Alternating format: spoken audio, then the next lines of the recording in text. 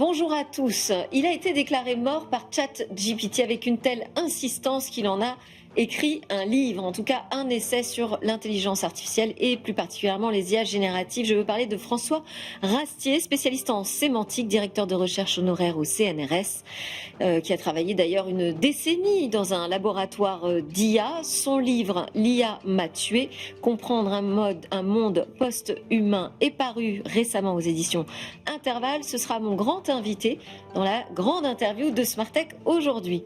On aura également un nouveau rendez-vous ensemble à découvrir une jeune pousse soutenue par l'association Diversidays qui œuvre à une tech plus ouverte socialement. Mais d'abord, je propose de découvrir une première mondiale. Il s'agit d'un bateau absolument hors norme. C'est tout de suite 3 questions A.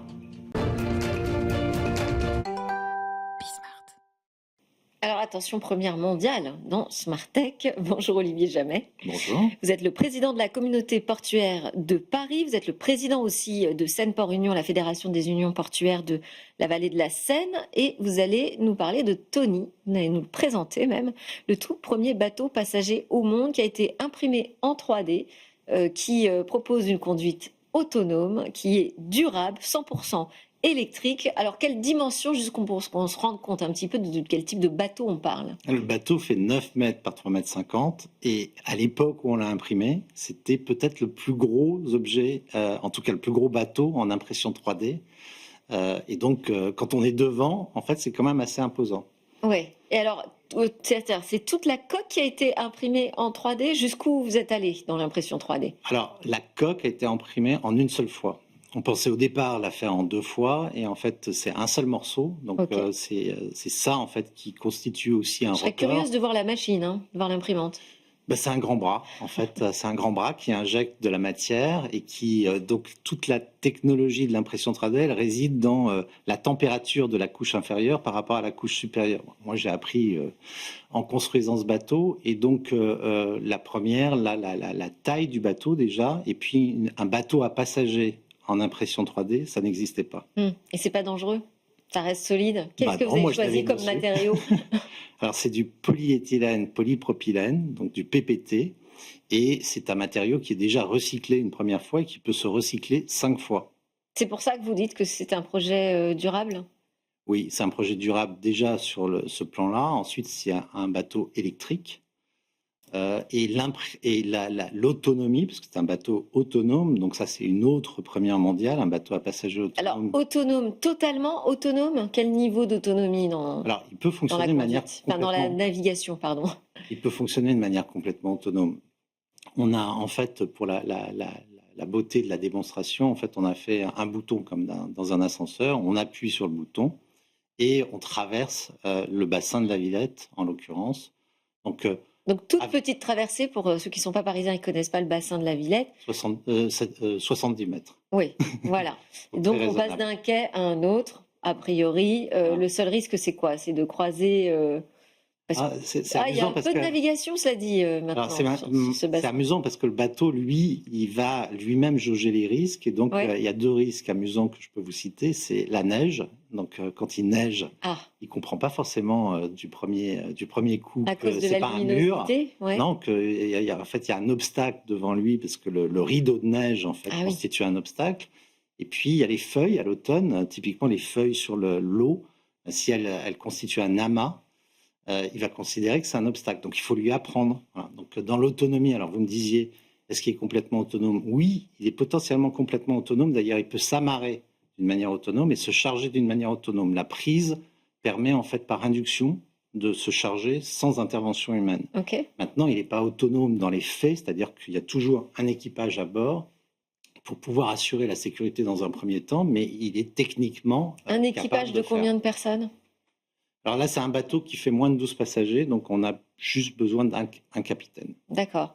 Et lui, son rôle, c'est de pouvoir reprendre la navigation de manière manuelle. Ça, c'est possible, j'imagine, c'est prévu. Exactement. Donc en fait, il y a les commandes manuelles, et donc on passe d'un mode autonome à un mode manuel, et lui, donc, peut reprendre le bateau au cas où il y ait le moindre souci de compréhension. Et quel est l'intérêt, dites-moi Olivier Jamet? Je sais, moi je suis plus passionnée par l'innovation, je trouve ça génial ce type d'initiative, mais à quoi ça sert?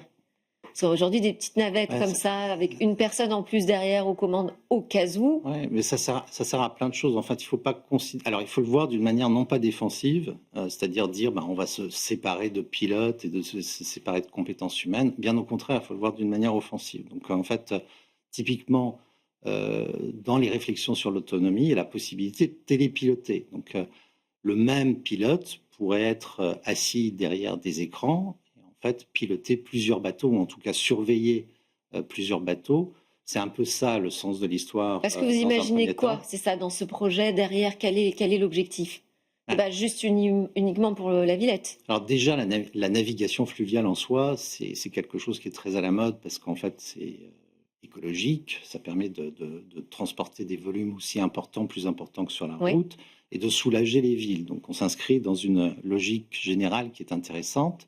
Maintenant, on n'a pas assez de pilotes, comme ça existe dans la plupart des transports. Et donc, c'est important de les utiliser le mieux possible.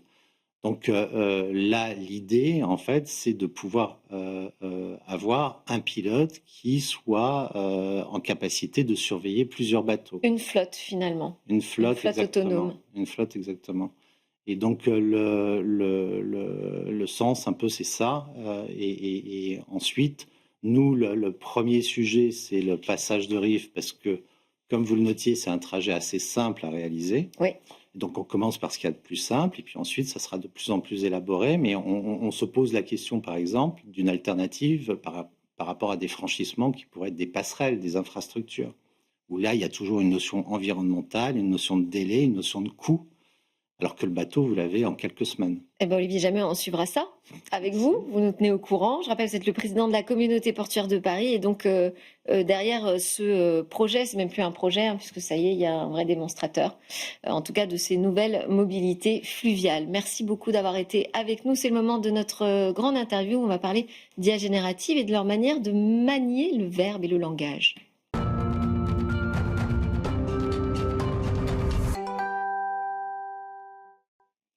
Dans la grande interview, je reçois un invité qui a été déclaré mort par ChatGPT avec une insistance, je dois dire, assez déconcertante.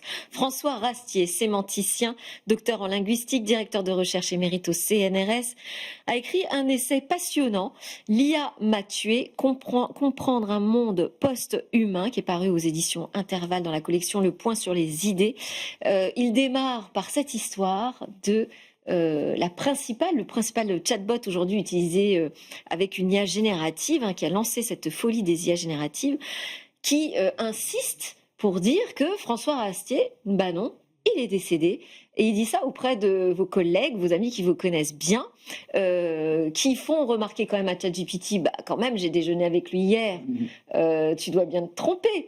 Et GPT insiste en disant, attention aux fausses informations, moi j'ai des sources fiables. Il va même jusqu'à donner de faux liens. Alors comment est-ce que vous expliquez, François Rastier, cette obstination à vous déclarer mort? Oui, alors, il y a d'abord un problème de responsabilité. Ça aurait pu avoir des conséquences personnelles, on ne sait jamais, plus graves que la question que je me posais, comment porter son propre deuil, vous voyez. Oui. C'est ce que dit Borges, assister à sa mort, c'est toujours ce qui est le plus intéressant. Mais la question, c'est celle de l'irresponsabilité. Et en fait, ce sont des machines qui sont... Le client est roi. Donc, ces machines sont faites pour ne jamais se démentir, ni démentir le client d'ailleurs. Si vous interrogez 4 IA sur 10, vont vous dire... Si vous dites, est-ce que Macron est marié à un monsieur transgenre, vont vous dire oui. Alors cette tendance à la flagornerie, ils sont en train d'essayer justement de le corriger dans la nouvelle version GPT-5, visiblement, ils travaillent beaucoup là-dessus. Mais vous parlez de la question de la responsabilité. Effectivement, dans le livre, vous posez cette question, mais en fait, qui parle derrière ces IA? Qui me parle? Et c'est important dans une conversation qu'on entretient entre humains, finalement. Vous dites que ça fait partie de la garantie sociale de savoir à qui je m'adresse. Alors, qui parle, c'est la grande question hein, depuis le début de la philosophie du langage, hein, puisque quel est le statut d'une parole qui est adressée par personne? Vous voyez, on ne sait pas qui est derrière. Alors, est-ce que c'est un oligarque avec une capuche? Est-ce que c'est les programmeurs, puisqu'il y a des biais? Alors, du côté de l'oligarque, on a vu par exemple que Grok, l'IA de Musk, reflétait assez fidèlement les opinions du propriétaire. Et je me suis demandé ensuite, par rapport à l'histoire de tout ça, parce que l'IA n'a pas commencé, ça fait depuis 1956 qu'on en parle, d'ailleurs dans une demande de financement. Hein. Et ça a commencé dans les réseaux sociaux, c'est-à-dire qu'il y a eu de moins en moins de communication interpersonnelle dans les réseaux sociaux. Zuckerberg estime à 7% seulement de communication interpersonnelle, parce qu'en fait, c'est autre chose qui se passe. D'abord... Ce sont quoi, des bots, c'est ça? C'est les robots. Et ensuite, c'est la figure de l'influenceur qui a repris qui a émergé. Et finalement, les IA sont des influenceurs de poche. Et dans les pratiques, on voit que c'est en train d'évoluer. C'est-à-dire que il y a 2-3 ans, c'était plutôt de la recherche d'informations, et maintenant, ça a été les placements, ça a été les voyages, mais maintenant, c'est la vie intime. Qu'est-ce que je dois faire avec dans mon couple? C'est ça, c'est confident. Même la psychothérapie. Ouais. Donc, alors, c'est pas un exercice illégal de la médecine, mais c'est utilisé comme ça, avec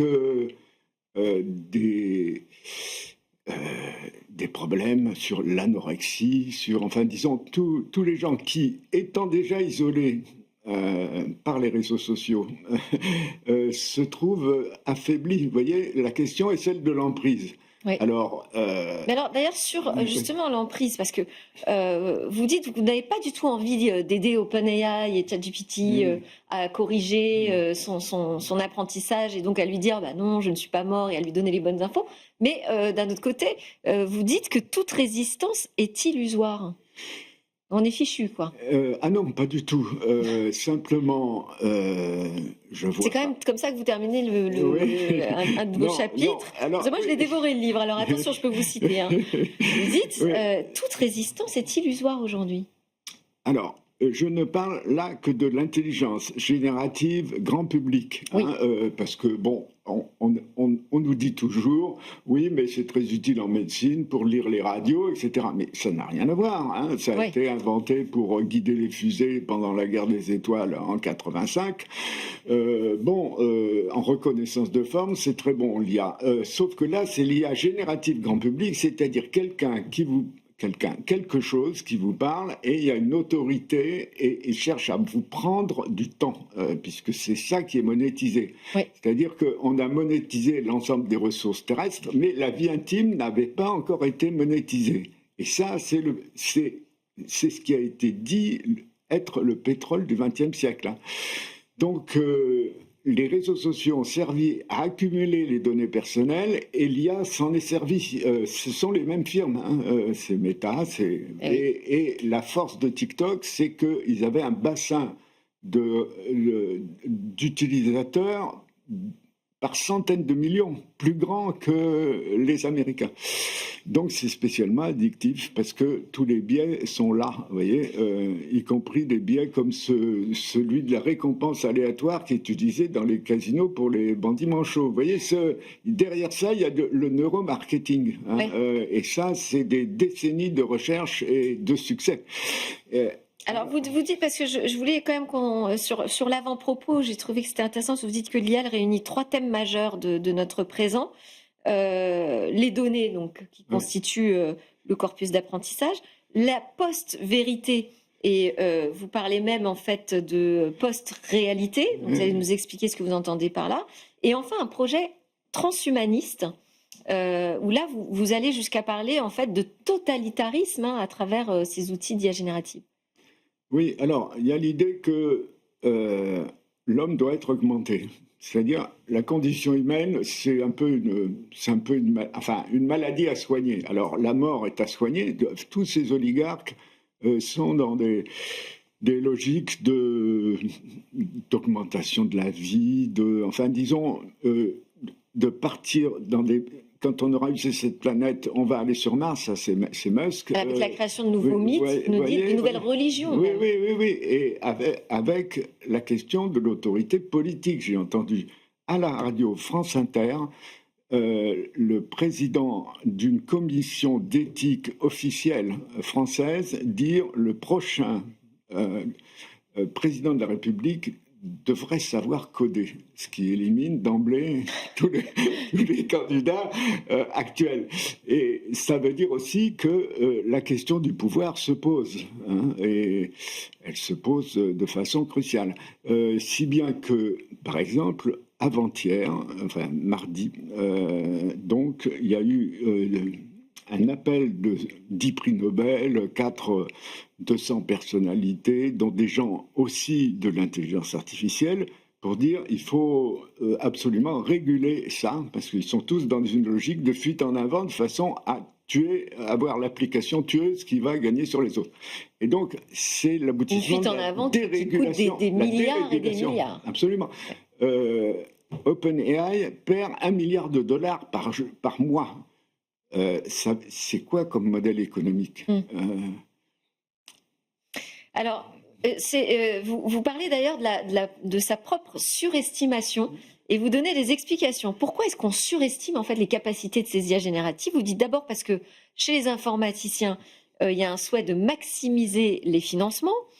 Chez les industriels, c'est la volonté de créer des nouveaux produits et d'étendre la clientèle. Chez les décideurs, c'est parce qu'on a peur de rater le coche de la nouvelle innovation hyper prometteuse. Et puis auprès du grand public, vous parlez de badauderie, c'est la volonté de croire au miracle. On est tous enfermés comme ça dans une bulle qui nous fait surestimer ces IA génératives.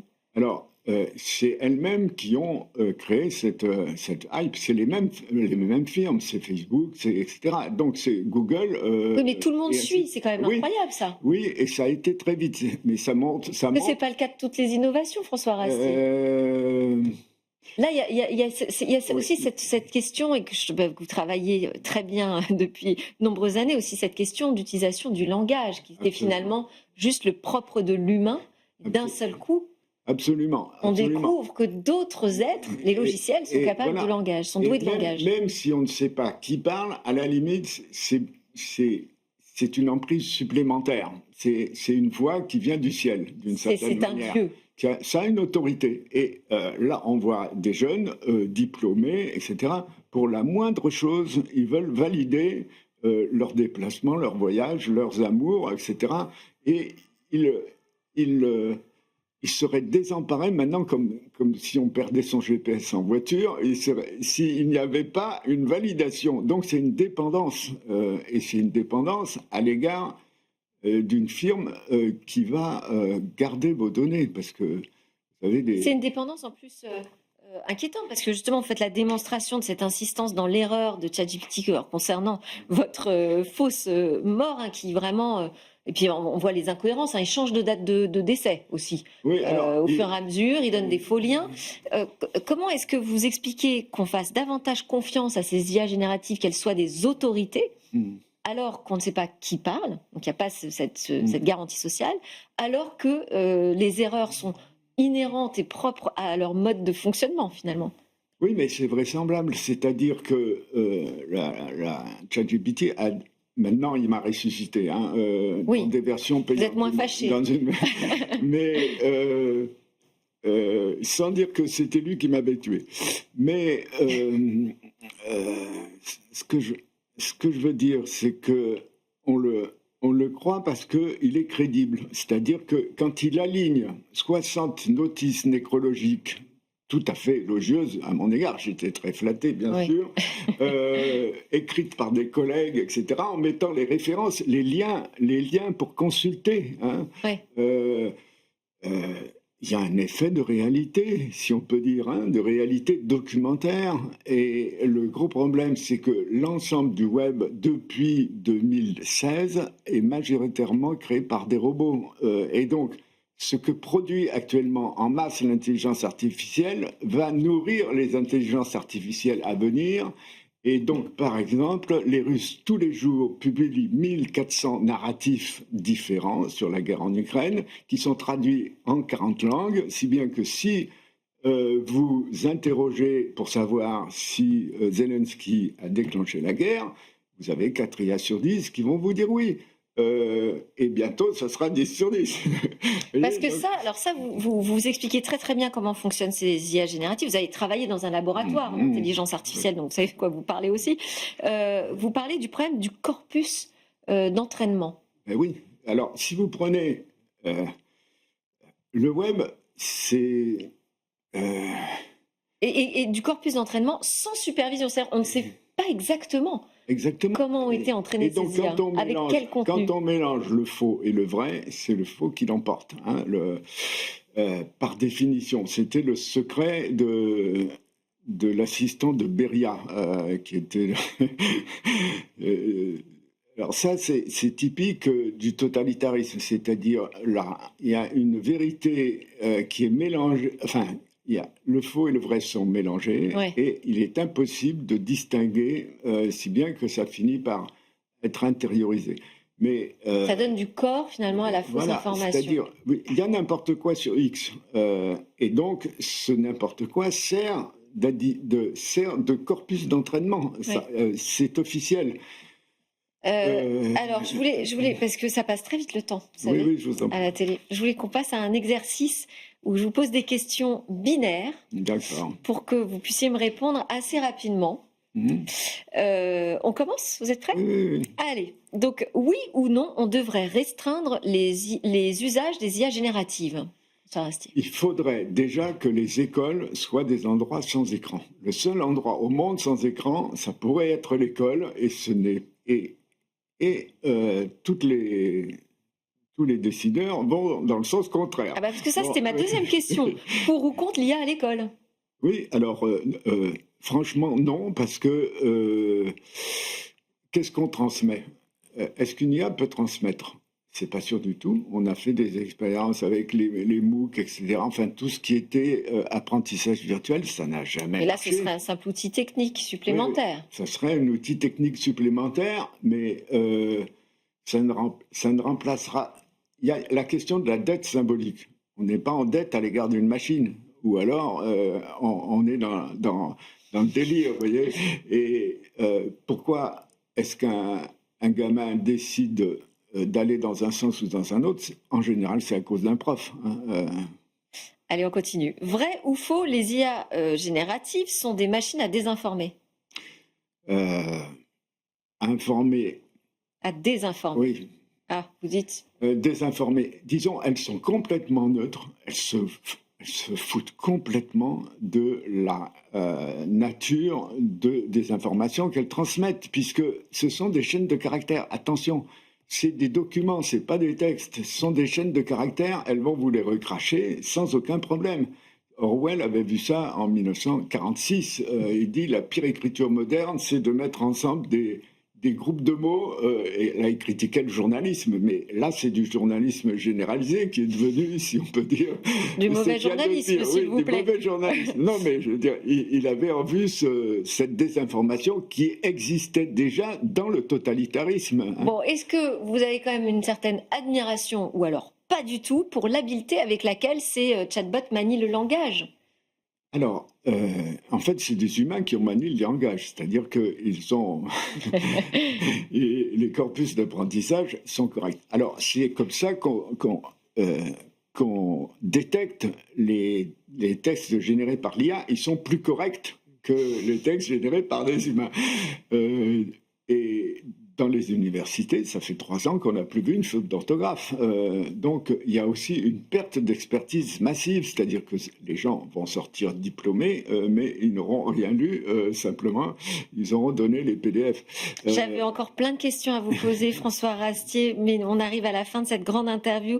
Je rappelle que vous êtes linguiste, directeur de recherche émérite au CNRS, auteur de L'IA m'a tué, comprendre un monde post-humain aux éditions Intervalle. C'est un livre passionnant. Je vous le conseille à tous. Ça démarre par votre fausse mort qui nous permet de mieux comprendre ce qui nous arrive véritablement. Merci beaucoup. À très bientôt.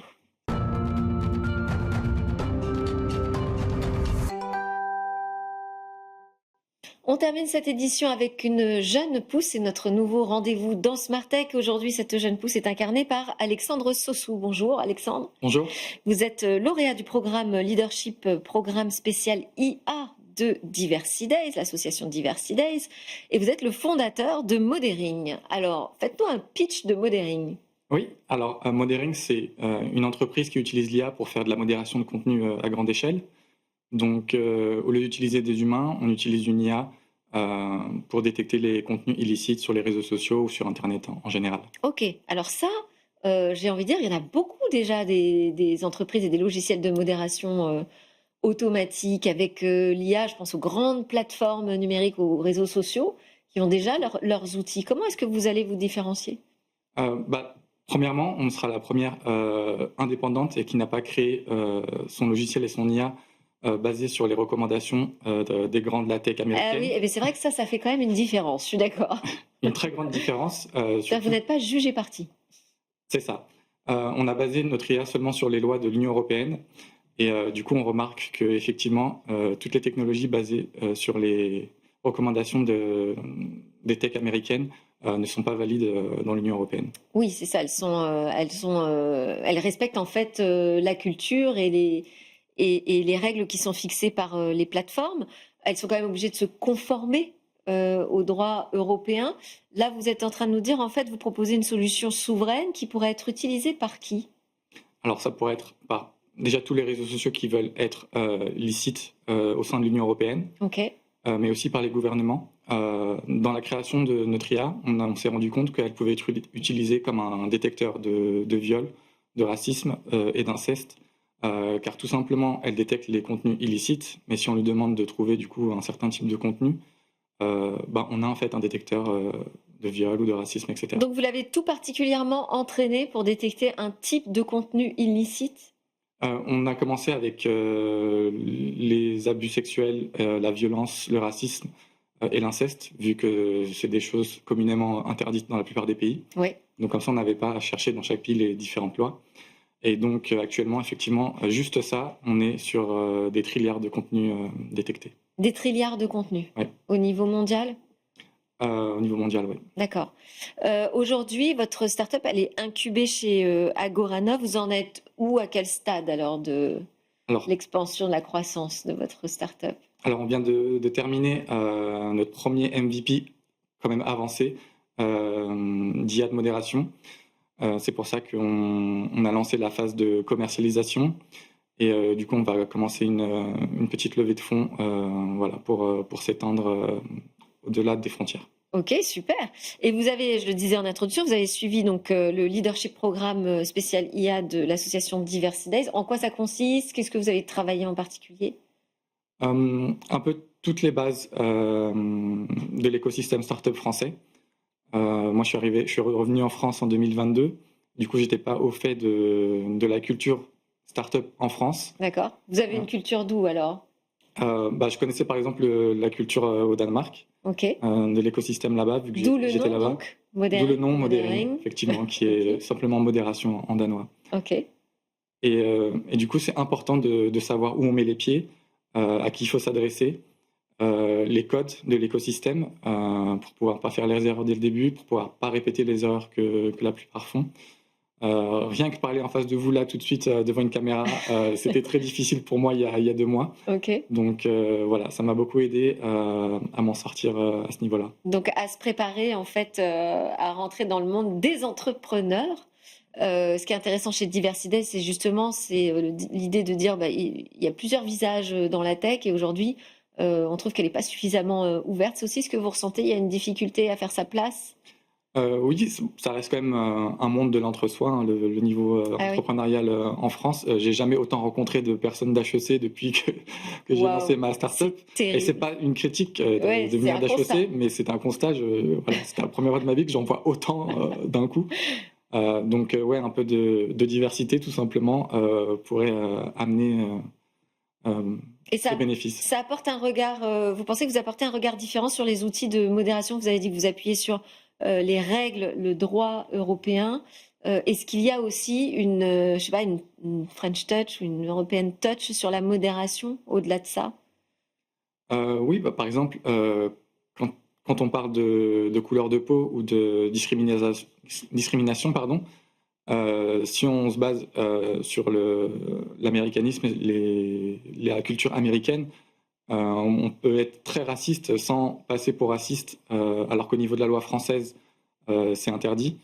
Et on n'avait aucune technologie qui bloquait ce genre de contenu dans nos pays aujourd'hui. Merci beaucoup Alexandre Sossou de nous avoir donc fait découvrir Modering. On vous souhaite le meilleur. Je rappelle que vous êtes le lauréat du programme Leadership spécial IA de Diversidays. Et merci à tous de nous avoir suivis. C'était Smart Tech. On a terminé avec un nouveau rendez-vous. On a découvert aussi un super auteur sur l'intelligence artificielle et sa capacité à nous tromper par son langage. À très bientôt. Je vous souhaite à tous une excellente journée.